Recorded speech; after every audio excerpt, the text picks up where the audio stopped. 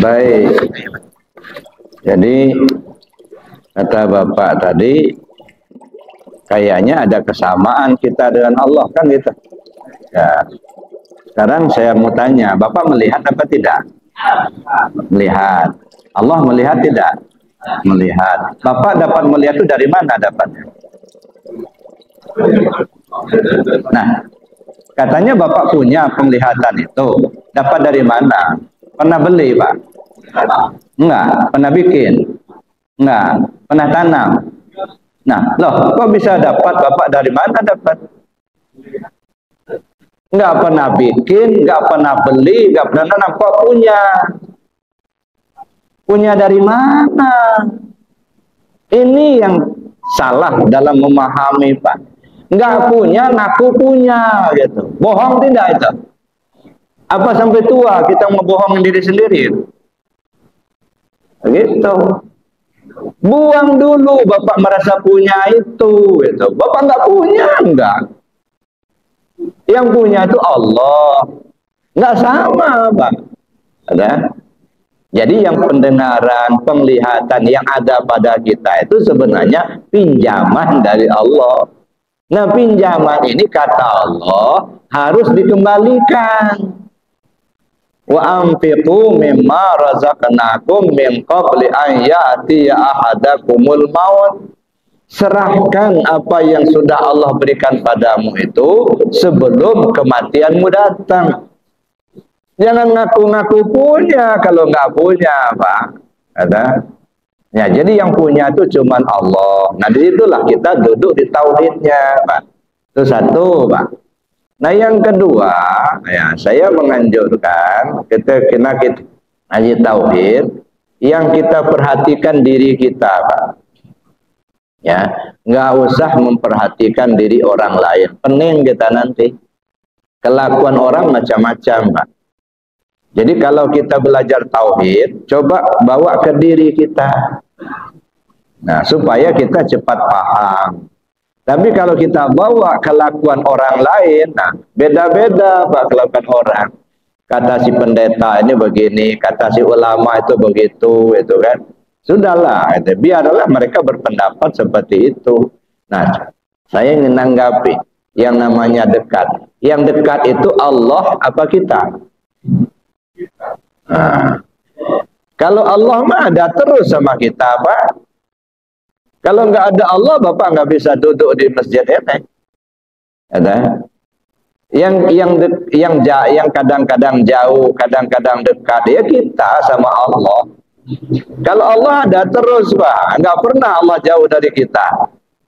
Ya, kitanya yang kadang-kadang dekat, kadang-kadang jauh. Nah, kapan kita dekat sama Allah? Kapan kita dekat, kapan kita jauh? Ketika kita ingat, itu baru dekat kita sama Allah. Ketika kita lupa, tanda jauh. Jadi dekat dan jauhnya kita dengan Allah itu tidak seperti benda ini, Pak. Makanya dekat kita dengan Allah itu istilah dalam tasawuf, dalam tauhid, dekat tidak berhampiran, jauh tidak berantara. Ya, kalau ini dekat, buku ini dekat betul sama meja ini, tapi masih berhampiran. Ya, paling tidak buku bukan meja, meja bukan buku, ada jarak. Jauh dia berjarak. Nah, berjarak. Nah, kita dengan Allah tidak seperti itu, Pak. Jangan dipahami dekat kita dengan Allah itu seperti dekatnya satu benda. Ya, kan? Dekat tidak berhampiran, jauh tidak berantara. Ya, itu kita dengan Allah. Kalau Allahnya dekat selalu dengan kita, Pak, nggak pernah. Kalau Allah nggak ada, Pak, darah nggak bisa mengalir di tubuh Bapak itu. Ya, kalau Allah nggak ada sama kita, nggak bisa melihat kita, nggak bisa mendengar kita. Cuman kitanya yang kadang-kadang dekat, kadang-kadang jauh. Kapan kita dekat dengan Allah? Ketika ingat. Kapan kita jauh? Ketika lupa. Nah, jadi itu, Pak. Jadi kalau kita pahami bahwa Allah itu dekat dengan kita, ya selalu nahnu aqrabu min hablil warid. Maka jangan dipahami Allah itu duduk di kursi langit yang ketujuh begitu. Jauh amat. Ya kan? Kalau Allah itu duduk di langit yang ketujuh, siapa yang mimpin bumi ini? Ada. Padahal kata Allah sendiri, wahwa ma'akum aynama kuntum. Allah bersama kamu dimanapun kau berada. Benar enggak Allah bersama kita dimanapun kita berada? Nah, coba kita buktikan. Bisa kita buktikan itu. Ya kan? Bapak Ibu datang ke sini itu ya bisa hadir karena ada ruhnya kan. Jadi tubuh itu hidup karena ada ruh. Jadi ketika tubuh Bapak datang ke sini bersama ruh apa tubuhnya aja? Nah, berarti kan ruh itu bersama tubuh kan? Ruh itu yang menghidupkan ruh itu siapa? Allah. Kalau begitu Allah bersama kita enggak? Ya sama kita. Kalau Allah enggak bersama kita enggak bisa hidup kita, Pak. Nah, gitu. Jadi itu. Jadi kalau Allah itu nggak bersama kita, ya nggak bisa melihat kita, nggak bisa mendengar kita, nggak bisa hidup kita. Ya, jadi jangan dipahami kalau Allah itu duduk di kursi di langit yang ketujuh. Kalau jam 2 malam baru turun ke bumi, masya Allah. Ya, kebayang kayak Mahadewa duduk di kursi pakai tongkat. Ya, jangan, Pak. Sama dengan pemahaman. Bagaimana kalau kita ketemu Allah di akhirat nanti? Emangnya di sini nggak bisa ketemu apa? Jangan dipahami ketemu Allah di akhirat kayak kita ketemu ayah kita di kampung. Ya datang salaman gitu. Ya enggak lah. Nah ini yang harus kita pahami Bapak Ibu. Makanya saya bilang kalau nggak ketemu Allah di dunia, di akhirat nggak bakal ketemu nggak. Nggak kenal Allah sekarang, di akhirat nggak bakal kenal. Maka nabi hadi a'ma wa huwa fil akhirati a'ma. Siapa orang yang buta tentang Allah di dunia ini, di akhirat buta juga, Pak. Ada. Jadi jangan dipahami nanti kalau ketemu Allah di akhirat. Kalau di sini belum ketemu, di sana nggak bakal ketemu, enggak. Kenapa? Karena Allah itu sifat baqo, Pak. Karena Allah bersifat baqo, maka dia kekal, nggak berubah-ubah. Jangan dipahami kalau di akhirat nanti berubah kayak bukan seperti sekarang. Enggak bako namanya itu. Yang bako itu kekal, enggak ada berubah-ubah enggak. Bagaimana Allah itu sekarang, begitulah Allah itu nanti di akhirat. Enggak berubah. Maka kalau sudah kenal sekarang di sana baru kenal. Kalau enggak kenal sekarang di sana enggak kenal Nah, itu ya, Pak. Jadi kalau saya kira yang dekat dan jauh itu kita, Pak. Ya, maka kita diingatkan betul sama Allah, jangan sampai lengah, jangan sampai lupa. Maka kita zikir tadi dia begini, itu melatih hati kita supaya selalu ingat ke Allah. Gitu.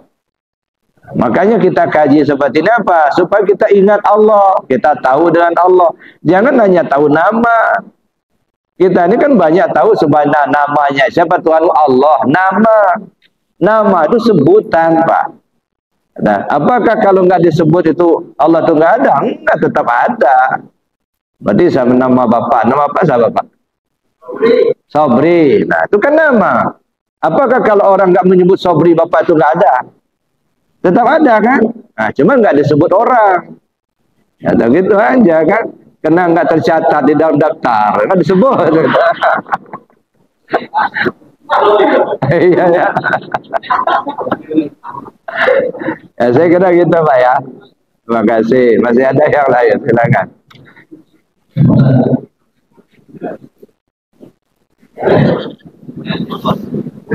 Assalamualaikum Pak Ustaz. Waalaikumsalam. Ya, saya tanyakan ini Pak Ustaz. Saya sering mendengar kalimat kesombongan itu hanya milik Allah. Itu. Menurut pendapat Pak Ustadz bagaimana itu? Apakah sedangkan sombong itu salah satu sifat yang dibenci oleh Allah? Mohon penjelasan Pak Ustadz. Terima kasih. Assalamualaikum Pak. Sombong itu bagus apa jelek Pak? Iya Pak. Apa ya? Jelek kan? Mohon penjelasan Pak Ustadz. Jelek kalau kita. Kenapa jelek? Karena kita nggak punya, ngaku punya tadi. Itu sombong itu.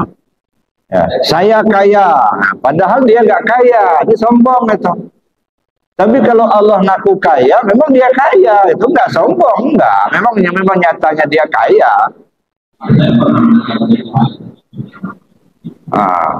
Ya benar Pak.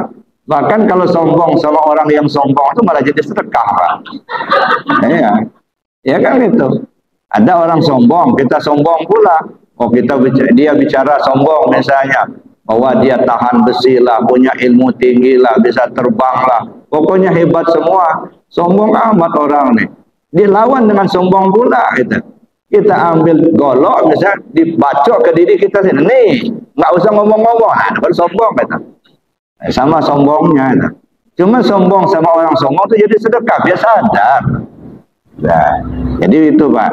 Jadi apa namanya, sombong itu pakaianku kata Allah. Batinnya artinya nggak boleh manusia memakai pakaian Allah begitu. Masa kopral pakai jenderal? Soal atakabur. Atakabur itu pakaianku kata Allah. Ya silakan. Masih ada? Ya silakan. Kita selama ini punya 4 mazhab yang terkenal ya. Ada pendapat, salah satu pendapat mazhab. Ya, ada pendapat bahwa kita kalau beribadah itu harus satu jalur, satu umpama Syafi'i harus Syafi'i semua, dari makan sampai mati lah saya. Jadi nggak boleh dicampur-campur. Kita sholat mengikuti Syafi'i, kawin mengikuti Maliki, makan ke Hambali, katanya nggak boleh. Itu bagaimana kita Pak? Oh, penjelasannya. Ya kalau campur-campur, kalau es campur Pak enak Pak. Kalau bensin campur air, diminum orang mabok, diminum motor nggak jalan. Nah jadi artinya satu jalur itu supaya apa namanya, satu keabsahan. Misalnya begini, nah, beruduk, ya menurut mazhab Syafi'i kalau ngusap kepala itu cukup hanya 3 helai rambut aja sudah sah. Tapi dalam Hanafi itu enggak, harus seluruhnya. Kan berat kalau ya seluruh kepala itu harus diusap. Nah, tapi Syafi'i itu apa namanya, cukup 3 helai rambut saja. Nah ketika membatalkan wudhu, kalau menurut Imam Hanafi itu berbunyi aja perut itu sudah batal wudhunya, belum kentut belum. Nah kalau Syafi'i enggak, sudah terdengar suara, tercium bau, nah baru batal. Kalau masih di perut itu belum. Nah sekarang Bapak mau pakai yang mana? Wudhunya pakai Syafi'i misalnya, batalnya pakai Hanafi. Nah campur. Nah nanti di akhirat, ini bukan murid saya ini kata Syafi'i. Kata Hanafi, nah ini bukan murid saya juga. Lalu Bapak mau ikut yang mana nih? Nah, di sebelah nggak diakui, di sebelah lagi nggak diakui. Berdiri sendiri, nggak sanggup ngadap Nabi, menghadap Rasul, nggak sanggup menghadap Allah, belum ketemu. Nah, nebeng sama Syafi'i nggak diakui Syafi'i, nebeng sama Hanafi nggak diakui pula. Nah, repot kita. Nah, udahlah satu aja. Cuman kalau sudah bisa berdiri sendiri, nggak masalah. Ya dah. Udah bisa bertemu sendiri gitu. Itu ya. Jadi itu kan ya lagi-lagi Bapak Ibu namanya fikih. Fikih itu apa itu?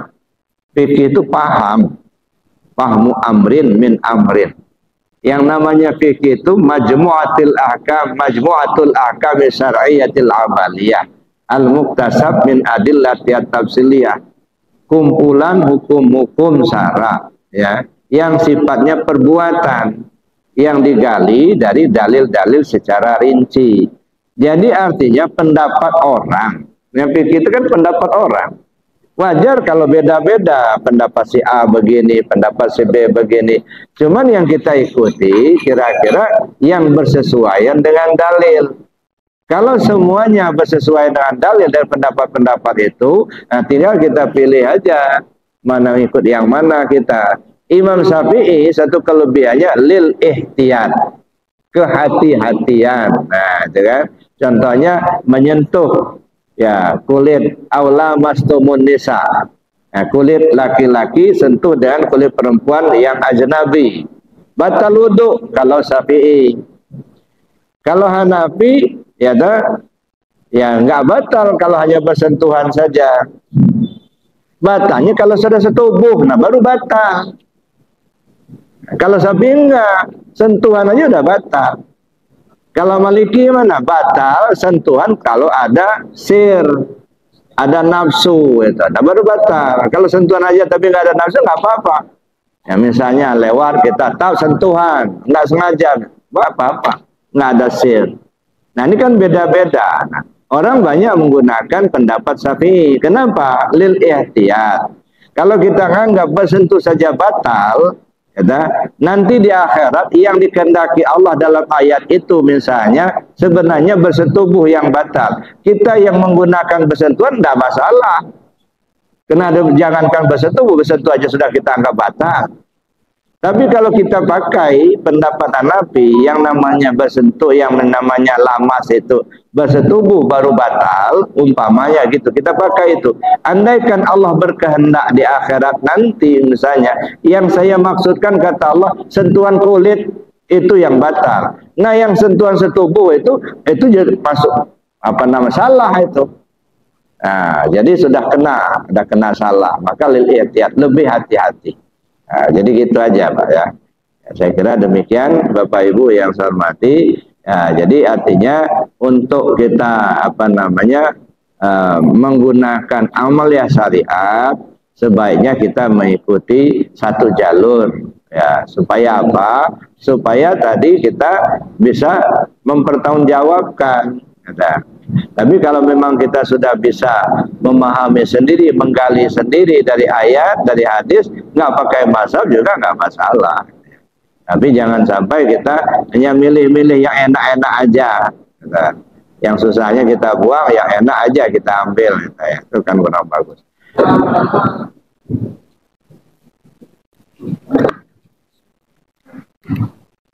Assalamualaikum warahmatullahi wabarakatuh. Waalaikumsalam. Ya. Jadi kadang-kadang dalam kehidupan ini Bu ya, yang membuat kita sedikit bersedih itu adalah kesalahan kita di masa lalu Bu ya. Kadang-kadang itu sangat membuat kita itu merasa kalau bahasa kitanya itu pundung dengan kehidupan yang akan datang, terutama kehidupan kita di akhirat nanti Bu ya. Nah itu bagaimana kita bisa menghilangkan rasa-rasa itu sehingga kita kata Buya tadi tidak ada lagi sangkutan di dalam hati kita. Makasih Buya. Assalamualaikum warahmatullahi wabarakatuh. Waalaikumsalam warahmatullahi wabarakatuh. Salah satu cara menghilangkannya, kembalikan semuanya kepada Allah.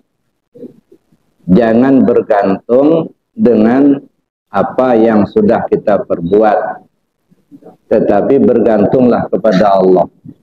Bisa saja perjalanan masa lalu kita banyak kesalahan, tapi ketahuilah ampunan Allah itu jauh lebih besar daripada dosa hamba. Kalaupun kita banyak dosa, kalau betul-betul mohon ampun sama Allah, insya Allah diampunkan Allah dosa kita. Jangan pernah berputus asa kepada Allah. Itu satu. Nah, lalu yang kedua, ya kita lakukan amalan-amalan yang baik. Ya, dengan sendirinya yang baik itu akan menghapus yang jelek. Nah, contohnya ini Pak. Nah, ini kopi. Kopi ini hitam. Ya, kalau yang gampangnya dibuang kopinya, masuk air putih, itu gampang. Gampang kelihatan putihnya. Tapi kadang-kadang kita susah. Ya, bagaimana cara menukarnya? Nah udahlah, jalani saja kehidupan ini. Umpamanya begini, ini air putih Pak. Enggak usah dibuang ini. Terus saja dimasukkan air putih bersih ini. Lama-lama yang hitamnya habis, yang tinggal ganti dengan air putih. Nah gitu. Jadi artinya tidak usah kita ya terobsesi dengan perbuatan yang sudah, tetapi bagaimana kita melangkah lebih ke depan lebih baik. Ya, sehingga perbuatan baik akan menghapus perbuatan jahat yang sudah kita lakukan. Itu saja, makanya ada istighfar dan tobat tadi. Itu yang pertama. Yang kedua, yang dilihat itu Allah. Maka bergantung kita ke Allah. Maka sangat diperlukan kenal dulu kita dengan Allah itu. Ya, kenapa kita takut kita akan menghadapi kehidupan di akhirat? Ya, Mungkin karena kita banyak salah. Ya, kita ini manusia banyak kesalahan dan kita tidak tahu apakah dosa kita diampuni Allah atau tidak. Nah, kalau kita ambil anekdot, Bapak bawa motor, tidak bawa SIM, STNK nggak ada. Lalu ketemu polisi lagi razia. Takut nggak? Takut. Nah, kenapa Bapak takut? Bukan karena ada polisi, karena Bapak salah. Nggak bawa STNK, nggak punya SIM. Coba kalau lengkap, ada STNK, ada SIM, pakai helm misalnya. Ada razia banyak polisi, berani aja kita masuk ke situ. Nggak ada rasa takut. Kenapa? Nah, kita nggak salah. Kita takut itu karena kita salah. Nah, jadi bukan karena polisinya kita takut, karena salah. Jangankan ada polisi yang razia, kalau kita salah, kita bawa motor, nggak bawa STNK, nggak bawa SIM, nggak pakai helm. Ngelihat polisi lagi gendong cucunya di rumah, ketakutan pula kita. Ada polisi, kebetulan rumahnya pinggir jalan, dia pakai lengkap. Kita bawa motor, ketakutan, bukan karena dia polisi, karena kita salah. Nah, sekarang yang salah itu buang, begitu. Tinggalkan yang salah itu, kerjakan yang bagus saja. Yang sudah-sudah mohon ampun sama Allah, ya sudah. Nah, insya Allah kita ada keberanian menghadapi kehidupan masa depan. Nah, kalau rasa takut wajarlah. Cuman kadang-kadang kita kan nggak tahu seperti apa kehidupan akhirat nanti. Jangan-jangan seperti kita lahir di dunia dulu. Waktu kita mau turun ke dunia ini dulu, waduh, balik kayak mau turun kayak enggak. Kalau kata dukun itu sakit-sakit senang katanya. Iya kan? Iya kan, ibu-ibu merasakan sakit-sakit senang. Ya, kadang-kadang mau turun, kadang-kadang balik lagi, belum juga gitu ya. Nah, begitu turun ke bumi nangis. Takut gitu. Hidup di bumi ini. Nah, lalu kemudian kita besar, dewasa. Begitu sudah dewasa, kasih mainan sama Allah. Nah, itu dikasih mainan jabatan, mainan. Nah, sudah kita dewasa, kasih istri, udah kasih istri, kasih anak, nah, kasih rumah, mobil bagus, enak rupanya hidup di dunia. Nah, takut pula kita mau mati. Jangan-jangan kita mati ini lebih senang di sana daripada di sini. Nah, begitu kita ngalami di sana, kenapa nggak dulu ya matinya? Itulah karena kita belum tahu di sana. Nah, tapi yang jelas Bapak Ibu, terlepas dari apakah akan senang atau tidak kita di sana, Allah punya kuasa. Gantungkan saja harapan ke Allah. Maka sering saya sampaikan, sudahlah Pak, kita yang sudah tua-tua begini, singkirkan dululah yang namanya pahala-pahala itu. Nggak usah terobsesi kita dengan pahala itu. Kenapa? Allah sudah janjikan itu dapat, kalau baik kita berbuat insya Allah dapat pahala. Maka nggak usah kita pikirkan itu. Yang kita pikirkan sekarang ini, bagaimana kita bisa kembali kepada Allah dengan selamat. Itu aja. Ya, kalau sudah kembali kepada Allah dengan selamat, selamat kita kembali kepada insya Allah selamat pula sampai di sana. Ya, mana yang harus kembali kepada Allah? Nah, dulu pernah saya jelaskan. Karena diri kita ini 4 dimensi, ada tubuh, ada hati, ada nyawa, ada rahasia. Nah, yang 4 ini yang kembali ke Allah. Tubuh kembali ke Allah, hati kembali ke Allah, nyawa kembali ke Allah, rahasia diri kembali ke Allah. Tubuh kembali ke Allah, apa maksudnya itu? Aktivitas dalam kehidupan sehari-hari mengacu kepada aturan Allah dan Rasul. Yang perintah laksanakan, yang larangan tinggalkan.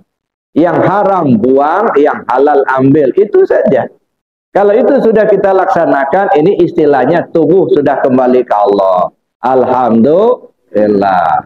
Masuk dimensi kedua, hati kembali ke Allah. Apa artinya hati kembali ke Allah? Terpaut hati hanya kepada Allah. Buang sangkutan-sangkutan hati itu. Tapi itu tidak gampang Bapak Ibu, ya. Maka kita jalani kehidupan ini dengan zikir. Supaya apa? Supaya yang lengket di hati kita cuma Allah. Nggak lengket lagi ke yang lain. Ya, mau jabatan, mau dicopot, los begitu. Ini enggak bercopot saja udah dukun dicari. Nah, oh iya. Ada dulu jamaah datang ke saya, gimana Buya katanya. Kenapa? Saya ya dulu belum belajar zikir, alhamdulillah lah jabatan saya empuk terus katanya. Di tempat yang basah. Jadi saya sudah belajar zikir, kayaknya baru 3 bulan belajar zikir. Kemarin dipanggil atasan, serah terima jabatan sama yang lain. Saya nggak ngerti apa kesalahan saya katanya. Kok bisa katanya. Saya baru belajar zikir kok langsung dicopot jabatan saya. Saya bilang tandanya Allah sayang sama kamu. Kok bisa begitu Buya? Nah cobalah nanti perhatikan saya bilang. Lihat aja, terima aja ketetapan Allah. Allah itu maha tahu saya bilang. Kita yang nggak tahu tuh. Kenapa Anda dicopot dari jabatan? Mungkin ada rahasia yang tersendiri yang kamu nggak tahu. Cobalah perhatikan nanti. Syukur kepada Allah apa yang diberi, kata ya. Sabar kalau kita kita tidak sesuai dengan keinginan kita. Nah, pasti semuanya itu ada hikmahnya. Ya ada banyak saya kasih nasihat begitu. 6 bulan kemudian datang lagi Pak ke rumah. Benar Buya katanya. Kenapa? Itu saya tuh digantikan oleh orang lain katanya. Rupanya ada proyek katanya. Nah kalau saya yang di sana mungkin nggak bisa kerjasama dengan atasan, digantilah dengan yang lain yang bisa kerjasama. Jadi begitu proyek datang, saya dicopot. Sekarang katanya datang KPK katanya. Nah dia sekarang ditahan Pak katanya. Nah kan hikmahnya, kalau kamu nggak dicopot udah kamu yang masuk sel. Nah, makanya kita bersyukur kepada Allah di setiap apa yang diberikan Allah. Cuman kadang-kadang kita menyal juga. Kenapa begini? Seolah-olah kena zikir inilah maka jabatan dicopot gitu. Bukan, karena sayangnya Allah gitu ya. Nah, itulah diantaranya Bapak Ibu. Gantungkan hati kepada Allah. Gitu. Mau masuk neraka, mau susah, terserah Allah. Makanya kata Rabi Adawiyah, ya Allah, ya biarlah saya masuk neraka asal bersamamu. Masya Allah. Ya, kalau kita mana yang enak itu masuk surga tidak bersama Allah, masuk neraka bersama Allah. Pilih yang mana? Masuk surga bersama Allah. Itu yang bagusnya itu. Nah, jadi kalau di bahasa ekonomi ya yang gampang dipahami, masuk surga tidak bersama Allah, kaya tapi korupsi. Banyak duit tapi maling. Itu namanya masuk surga tapi tidak bersama Allah. Masuk neraka tapi bersama Allah. Maksudnya kita miskin harta tapi iman ada di hati. Lebih baik itu daripada kaya tapi korupsi. Nah itu namanya lebih baik masuk neraka asal bersama Allah daripada masuk surga tapi tidak bersama Allah. Jadi jangan lepas Allah itu dari hati kita gitu. Kemana-mana Allah tempat kita bergantung. Ya jangan gantungkan harapan kepada yang lain. Menggantungkan harapan kepada manusia, siap-siap saja untuk untuk frustasi. Ya. Tapi menggantungkan harapan kepada Allah, Allah tidak pernah untuk membuat hamba itu rugi. Kan? Nah, oleh karena itulah gantungkan harapan kepada Allah. Allahu Samad. Allah tempat bergantung. Terserah Allah. Yang penting selalu di hati kita itu ada Allah. Kita aja. Aman kita Pak. Ada. Tapi kalau selalu di hati kita itu ada kemampuan kita, saya ini banyak dosa, saya ini sedikit melakukan kebaikan.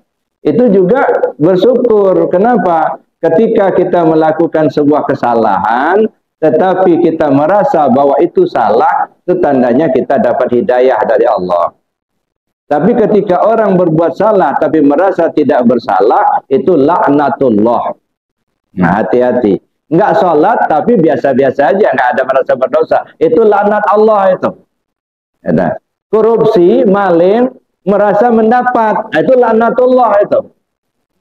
Tapi ketika kita terjerumus, nyesal, nah itu hidayah Allah datang. Ya.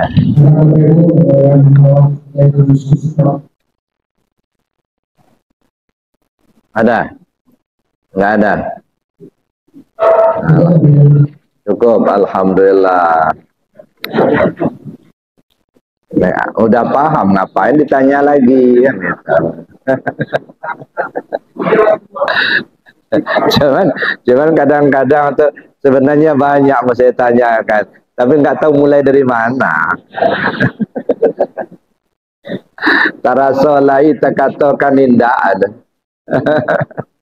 Tapi nggak apa-apa, sebab membuat pertanyaan tidak lebih mudah daripada menjawab pertanyaan. Ya, ya silakan Pak, ada yang mau tanya? Nggak ada. Ya syukurlah kalau nggak ada. Ibu-ibu ada yang mau tanya, Bu? Nggak ada. Jangan sampai nanti sampai di rumah sebenarnya saya mau nanya tadinya. Cuman nggak enak aja. Nah jangan sampai begitu, Pak. Ya, mendingan kalau masih sampai di rumah, insya Allah bulan depan bisa diulang lagi, bisa ditanyakan. Kalau sampai ke kuburan baru mau nanya kan, nah malah repot lagi. Sebenarnya dulu waktu ngaji di Majirin nanya, saya dulu malaikat katanya. Cuman gimana nggak kesampaian katanya. Udah penyesalan lagi. Jadi yang menyiksa kita itu Pak, penyesalan itulah. Nyesal itu. Makanya saya bilang ya jangan sampai apa yang sudah terjadi masa lalu itu kan udah jadi pikiran. Kadang-kadang kan hal-hal yang tidak perlu begitu. Misalnya begini ya, kita udah bikin rumah, udah jadi rumahnya, ya, bahkan sudah ditunggu gitu. Ngomong sama suami atau sama istri, coba dulu ya rumah kita kayak gini, nah, kayak punya tetangga sebelah itu. Nah, coba dulu, itu jadi pikiran tuh Pak. Ya, ngapain pikiran kayak gitu tuh? Itu bikin penyakit itu. Nah, tapi nanti kalau kita bikin rumah lagi, kita bikin seperti ini, nah itu bagus. Ini nyesel, rumahnya udah jadi, udah ditungguin, ngelihat rumah orang bagus, mulai kita ngomong, coba rumah kita dulu bikin kayak gini aja ya. Apa mau dibongkar lagi? Nah inilah jalan untuk menyiksa diri, jadi pikiran terus. Maka saya bilang jangan mikirin yang sudah itu dah. Nah kalau yang akan datang nggak masalah. Nanti kalau kita bikin rumah nanti kita bikin kayak gini aja ya, sederhana tapi nyaman. Gitu. Nah itu cita-cita nggak masalah, gitu ya. Ini nggak barang sudah lewat dipikirin. Gitu. Nah, jangan sampai seperti itu Bapak Ibu yang saya hormati, sebab yang namanya penyesalan itu termasuk menyiksa diri sendiri. Ya. Baik, kalau memang nggak ada yang mau tanya, ya saya berharap mudah-mudahan Allah memberikan petunjuk untuk kita semua. Insya Allah kita diberi kemampuan untuk melaksanakan zikir. Insya Allah mudah-mudahan kita semua diselamatkan Allah dunia akhirat. Amin Allahumma. Itu aja Pak kita harapkan. Ya, maka yang saya sampaikan. Alhamdulillah sekarang ini Pak, ya di mana masjid tempat saya ceramah subuh kan keliling ini. Ya, alhamdulillah setiap saya ceramah itu sudah dibawakan zikir. Minimal waktu saya ceramah. Ya. Jadi waktu saya itu zikir. Nah, cuman kalau sudah biasa, jangan hanya waktu saya ada aja zikirnya. Atau nggak apa-apa pertama kali gitu. Nanti kita zikir kapan waktu saya ceramah, itu ya. Nah kita zikir ya. Untuk selanjutnya terserah. Nah, tapi waktu saya satu pertama di Muhajirin, nah kita zikir. Tuh, itu pertama. Nggak apa-apa itu aja dulu. Nanti kalau sudah biasa, jangan hanya waktu saya aja yang zikirnya. Yang lain juga zikir. Kenapa? Karena zikir bukan punya saya, punya Allah. Yang butuh zikir bukan hanya saya, semua kita butuh. Gitu. Nah, mudah-mudahan diberi petunjuk oleh Allah. Amin. Allahumma amin. Assalamualaikum warahmatullahi wabarakatuh. Waalaikumsalam. Yang saya menyampaikan salam dari Ayu saya di Daya Murni, Lombok Barat. dia menitipkan pertanyaan kepada saya untuk disampaikan kepada Buya, karena beliau hanya terbaring di tempat tidur dan duduk. Nah, tapi YouTube Buya selalu dilihat. Jadi dia menyampaikan pertanyaan kepada saya dan minta disampaikan kepada Buya. Jadi Buya mengatakan bahwa kembalilah sebelum mati. Apabila tidak kembali sebelum mati, bagaimana mau ketemu dengan Allah? Itu yang pertama pertanyaannya. Dan pertanyaan yang kedua, sholatlah. Sebelum sholat, matikan dulu badan kita. Maksudnya mati itu sebelum sholat itu seperti apa? Nah itu. Yang ketiga, apa tanda-tandanya kalau Allah sudah menyatu dengan kita? Itulah Pak Buya pertanyaan yang disampaikan oleh ayu saya, namanya Daniyah Yahya. Terima kasih. Assalamualaikum warahmatullahi wabarakatuh. Waalaikumsalam warahmatullahi wabarakatuh. Saya kira cukup satu orang aja yang nanya Pak ya. Ini pertanyaan sudah berat ya Nek. 3 lagi. Yang pertama yang ditanyakan tadi apa tadi? Kembali ya Pak? Bagaimana kembali kepada Allah sebelum mati? Betul Pak. Dikembalikan, kan ada ayatnya, wa anfiqu mimma razaqnakum min qabli an ya'tiya ahadakumul maut. Serahkan apa yang Allah berikan kepadamu sebelum ajalmu datang. Kembalikan dulu. Apa yang dikembalikan itu apa yang Allah serahkan sama kita. Coba saya tanya, bapak-bapak punya ruh apa tidak? Punya. Alhamdulillah. Pernah bikin ruh? Nah, pernah beli? Enggak. Nah, kok bisa punya? Dari mana dapat? Nah, bikin nggak pernah, beli nggak pernah, nanam pun nggak pernah. Kok punya? Yang bikin siapa? Allah. Fanafaktu fihi min ruhi. Aku tiupkan ruhku. Ruhnya siapa itu? Ruhnya Allah, bukan ruh kamu, bukan. Cuman kita ngaku punya. Nah, ngaku punya itu kembalikan itu. Kembalikan. Jangan ngaku-ngaku punya. Kalau nggak punya apa?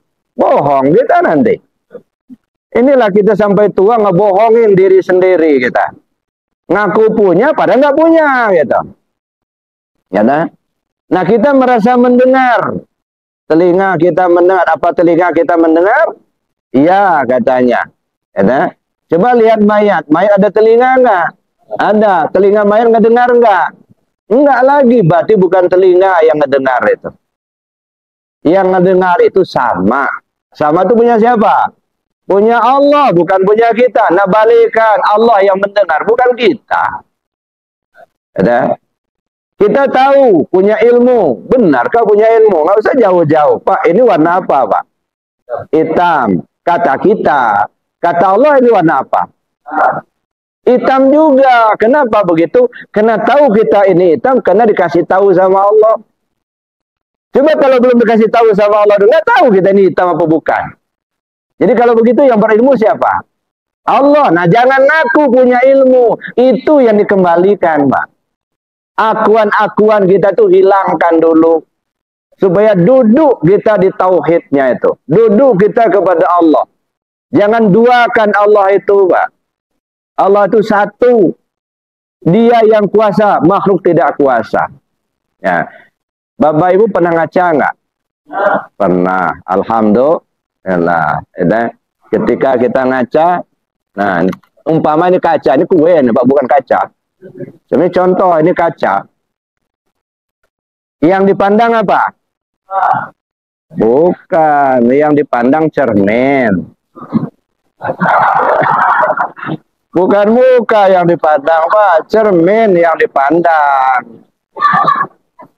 Yang dilihat apa? Yang dilihat apa, Pak? Muka kita. Bukan. bayangan wajah kita. Yang dalam cermin itu muka kita bukan? Bukan, itu bayangan wajah kita. Yang muka kita ini, nah. Kalau itu muka kita yang cermin itu coba pencet-pencet, sakit nggak? Enggak. Jadi yang di dalam cermin itu bayangan wajah kita. Tapi meskipun kita melihat bayangan wajah, serasa-rasa melihat asli wajah kita itulah. Walaupun bayangan yang kita lihat, tapi seolah-olah melihat wajah asli kita itu. Nah, begitulah nur Allah terlihat, seolah melihat Allah itulah. Ya, itu ya. Nah, sekarang Bapak itu ngaca, melihat ada bayangan wajah kita di dalam cermin. Sama apa tidak bayangan wajah dalam cermin dengan wajah kita? Sama. Kalau begitu wajah Bapak ada berapa?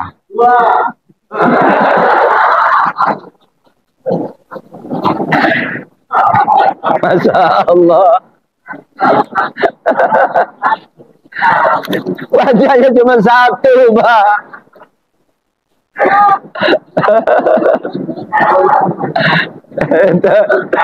Ya.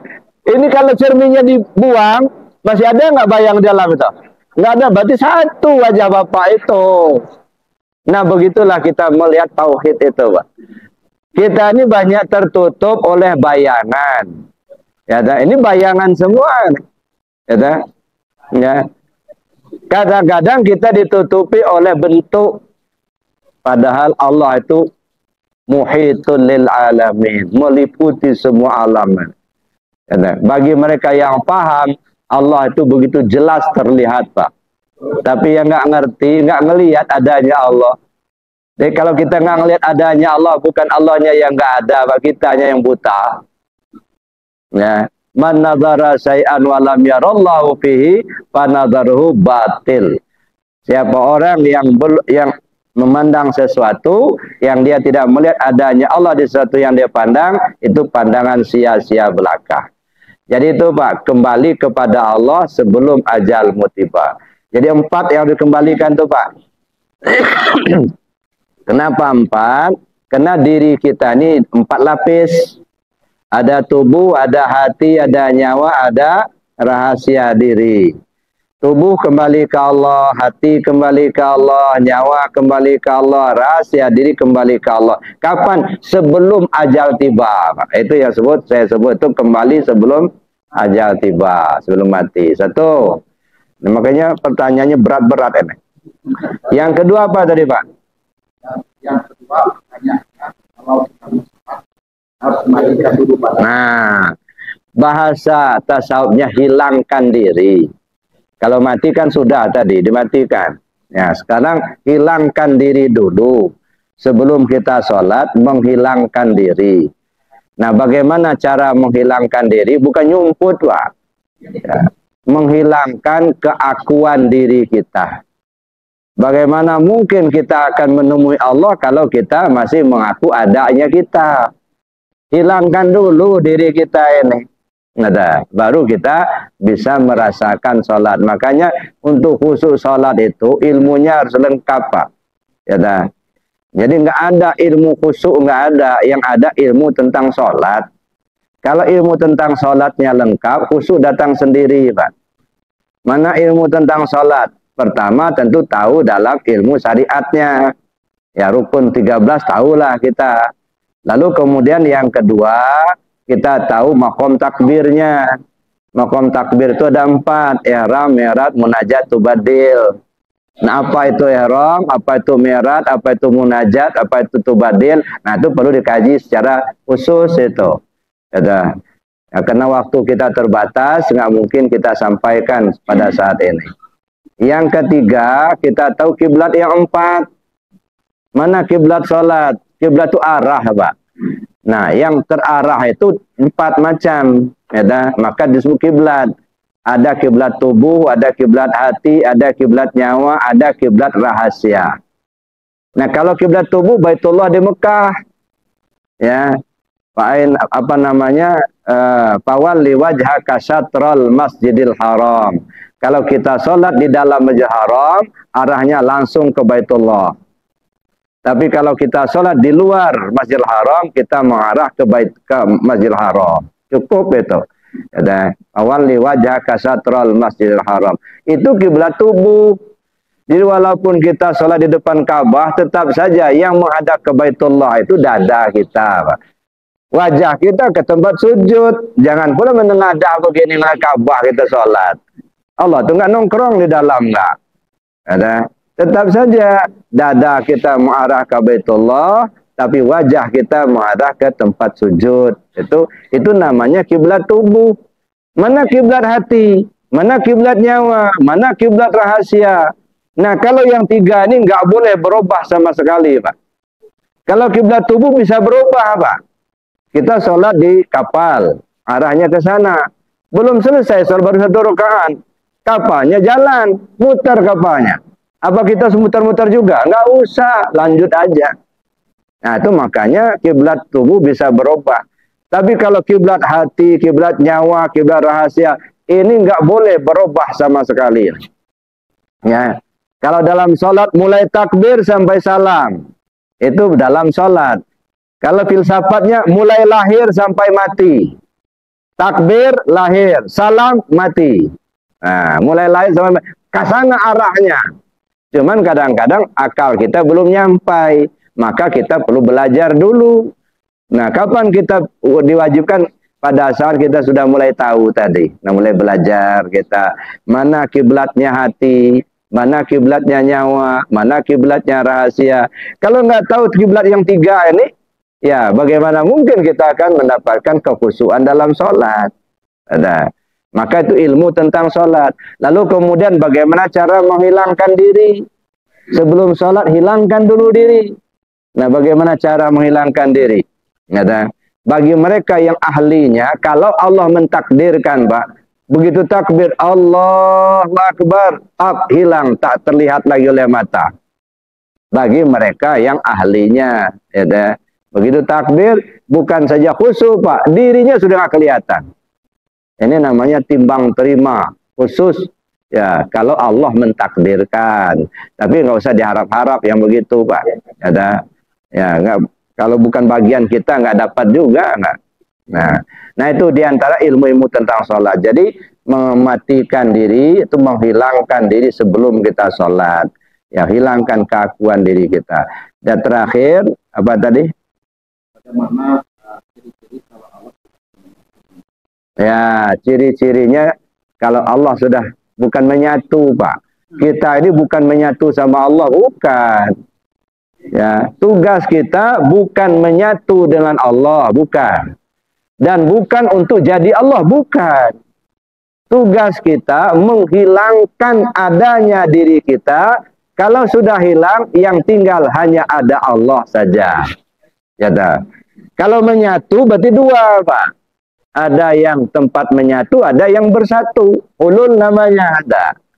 Kita bukan menyatu, ya, tetapi menghilangkan apa yang ada pada kita untuk kita isbatkan hanya kepada Allah semata. La ilaha illallah. Itu kalimatnya itu. Jadi artinya menghilangkan keakuan diri kita. Kalau kita sudah hilang, kan kosong. Nah, kalau seorang yang tinggal siapa? Hanya Allah. Nah, itu ya. Jadi cara kita untuk itu hilangkan diri dulu. Maka nafi isbat. Maka iman itu saya bilang dulu ya. Iman kita ini ada 3. Kalau istilah saya imannya anak-anak, imannya orang dewasa, imannya orang tua.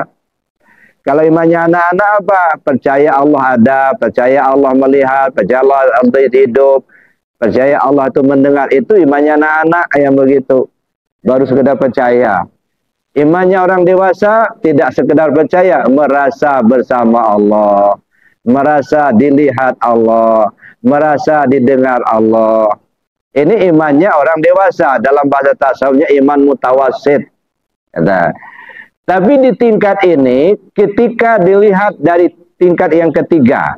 Tingkat yang ketiga apa? Tidak lagi merasa bersama Allah, enggak. Kalau masih merasa bersama Allah, masih mendua itu. Masih syirik itu. Tidak lagi merasa dilihat Allah, tidak. Kalau masih merasa dilihat Allah, berarti ada 2. Ada yang melihat, ada yang dilihat. Nah, masih syirik juga. Ya, tapi untuk makom mereka yang ada di situ sah-sah saja, itulah dia tahu. Fazkurullah ala mahadakum, berzikir pada Allah sesuai yang ditunjukkan. Nah, tapi di makom yang ketiga ini yang saya sebut dengan imannya orang tua. Tidak lagi merasa bersama Allah, tetapi merasakan ketiadaan dirinya. Yang ada hanya Allah. Nah, hanya satu. Ya, tidak lagi merasa dilihat Allah. Enggak, apa mau dilihat Allah? Memang Allah itulah yang melihat. Ya, yang dilihat itu enggak ada. Yang ada hanya Allah. Ya, nah, itu makanya al-abid wal ma'bud wahid. Yang nyembah dan yang disembah satu. Tapi ketika kita bicara satu, kita harus pisahkan dulu. Ibarat kita ini apa? Ini buah. Yang kita lihat kan cuma satu buah. Coba kaji buah ini, ada kulitnya, ada dagingnya, ada isinya, ada rasanya, kan begitu. Nah, kalau kita simpulkan apa? Ada kulit bagian luar, ada daging bagian dalam. Ya, nah, jadi kalau kita katakan satu buah, betul satu buah. Ya, maka abid wal ma'bud wahid, yang nyembah dan yang nyembah satu. Kenapa? Karena yang namanya ibadah itu adalah penyaksian zat kepada sifat. Zat menyaksikan sifat, ya, sifat memuji zat. Jadi zat menguji sifat dengan afalnya, sifat memuji zat dengan asma'nya. Af'alnya af'al Allah, sifatnya sifat Allah, asma'nya asma Allah, af'alnya sifatnya zatnya zat Allah. Ya, jadi zat, sifat, asma dan af'al. Zatnya zat Allah, sifatnya sifat Allah, af'alnya af'al Allah, asmanya asma Allah. Punya dia semua. Maka orang bilang al-abid wal ma'bud satu, gitu. Bukan Tuhan menyembah Tuhan, bukan. Yang berbuat sifat. Nah, Bapak kalau makan mangga, yang dinikmati apanya? Rasanya. Tapi yang dimakan apa? Mangganya, gitu. Garam, gitu. Yang kita beli garam, Pak. Tapi yang kita butuhkan asinnya, gitu. Beli garam tapi nggak asin. Ya, bukan garam namanya itu. Ya, pupuk urea itu. Kan lebih sama itu. Gitu.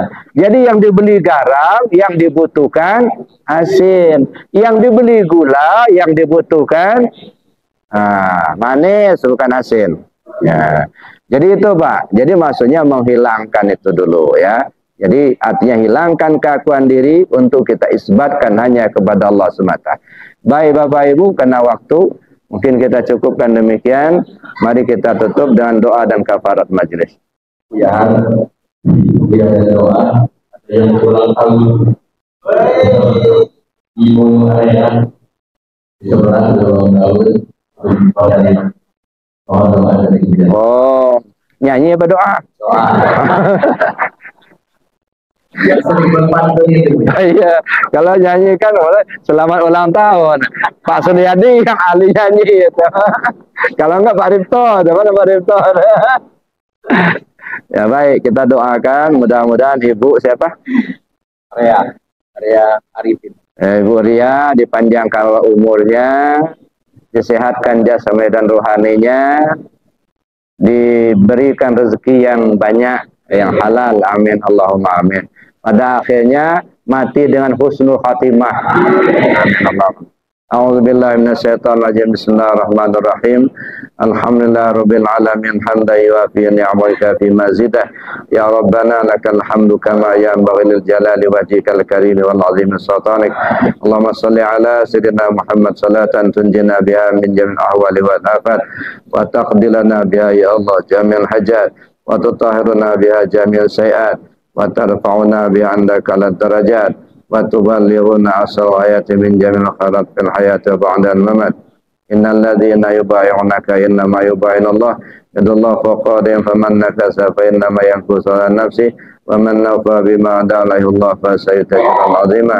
Rabbana ighfir lana dzunubana wa li abaina wa li ummahatina wa li ajdadina jaddatina wa li asatizina wa li masyayikhina ولمن أحب إلينا ولمن أحسن إلينا ولمن نويناه من المسلمين والمسلمات والمؤمنين والمؤمنات الأحياء منهم والأموات Rabbana zalamna anfusana zalman kabiran katsira wa la yaghfiru dzunubana illa anta faghfir lana ya Allah ma qaddamna wa ma akharna wa ma asrarna wa ma a'lanna wa ma asrafna wa ma anta a'lamu bihi minna antal muqaddim wa antal muakhir. La ilaha illa anta ya muqallibal qulub sabbit qulubana ala dinika wa ala ta'atik. Allahumma inna nas'aluka tamama maghfiratika ya Allah wa tamama hidayatika ya Allah wa tamama mahabbatika ya Allah wa tamama ma'rifatika ya Allah wa tamama ni'matika ya Allah wa tamama ridwanika ya Allah. Ya Allah ya Karim, ikrimna binurika wa hidayatika wa mahabbatika wa ma'rifatika wa karamatika wa fadlika wafdilna ala katsirin min ibadika salihin. Allahumma tawil umuri riya arifin. Allahumma tawil umuraha wa sahih jasadaha wa nawwir qalbaha wa sabit imanaha wa si'azaqaha wa ilal khairi qaribha wa anil syari ab'idha wa qdi hawaijaha fid dini wad dunya wal akhirah innaka ala kulli syai'in qadir. Rabbana la tu'akhizna in nasina aw akhtana Rabbana wa la tahmil alaina isran kama hamaltahu alal ladzina min qablina Rabbana wa la tuhammilna ma la taqata lana bi wa'fu anna waghfir lana warhamna anta maulana fansurna 'alal qaumil kafirin. Allahumma inna nastaudi'uka ma 'allamtana waradudhu ilaina inda hajatina ilaih wa la tansana ya rabbal alamin. Subhanakallah wa bihamdika asyhadu an la ilaha illa anta nastaghfiruka wa natubu ilaik. Wa sallallahu ala sayyidina Muhammad wa ala alihi washabihi ajmain walhamdulillahi rabbil alamin. Assalamualaikum warahmatullahi wabarakatuh.